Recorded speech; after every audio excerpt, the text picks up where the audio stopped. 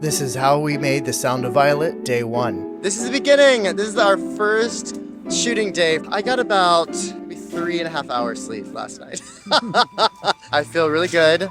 This has been many years coming. It started as a book. Now it's a screenplay. Now it's going to be a movie. It's going to be amazing. Very excited. Why don't you get back in the car and we'll go to one.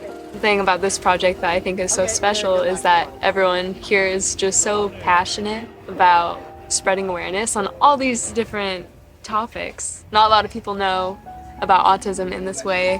Not a lot of people know about human trafficking. It's so important to make movies like this. You're a different wavelength. What do you mean? There are colors we can't see.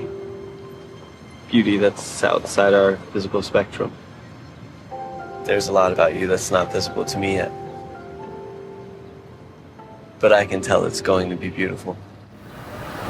Okay, cut.